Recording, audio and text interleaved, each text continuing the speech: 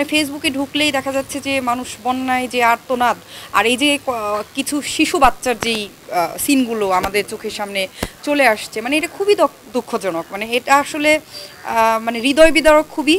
প্রথমেই দুঃখ প্রকাশ করছি, কারণ যেইভাবে মানুষ কষ্ট করছে, যাদের আমরা তো ভালো আছি, আমরা ঢাকার মধ্যে আছি, আমরা এটা সাফার করছি না, বাট যেই সমস্ত জায়গায় বন্যা হচ্ছে তাদের যে কি অবস্থা এটা তারাই একমাত্র বুঝতে পারছে। আমরা হয়তো দূর থেকে হাহাকার করছি বা ওদের জন্য আফসোস করছি, কিন্তু সাফার কিন্তু ওরাই করছে।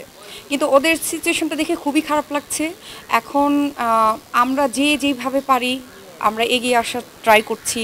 আর আমি এর আগেও হচ্ছে আমাদের আরেকটা গ্রুপ থেকে যতটুকু সম্ভব হেল্প করেছি। এখন যেহেতু শিল্পী সমিতি থেকে একটা উদ্যোগ নিয়েছে, আমি একজন শিল্পী সমিতির মেম্বার, তো এটাও আমার দায়িত্বের মধ্যে পড়ে। তো এখানে এসে আজকে আমরা একটা উদ্যোগ নিয়েছি, এখানে এসে যে যেটা পারে সেটা শুকনো খাবার হোক, মেডিসিন হোক, কাপড় চোপড় হোক, টাকা হোক, যেভাবে পারে আমরা একটা শিল্পী সমিতি থেকে উদ্যোগ নিয়ে আজকে এই আমাদের উদ্যোগটা কমপ্লিট করলাম।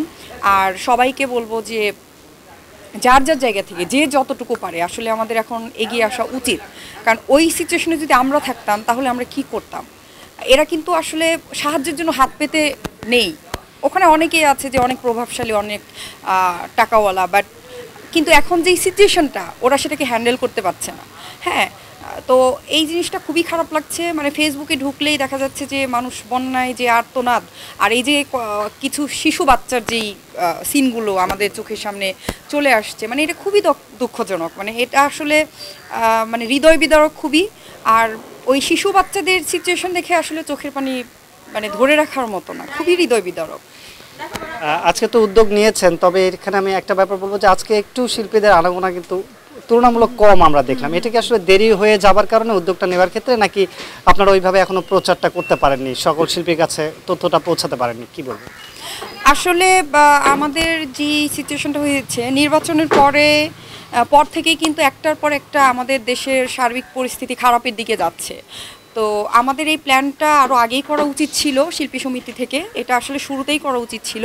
কিন্তু যেটা হয়েছে যে অনেক দেরি হয়ে গিয়েছে আমাদের এই উদ্যোগটা নেওয়া। আর দেরি হওয়াটা ফ্যাক্ট না, ফ্যাক্ট হচ্ছে টাইমিংটা। আমাদের খুব শর্ট টাইমে প্ল্যানটা করা, আমাদের গতকালকে প্ল্যানটা করা হয়েছে।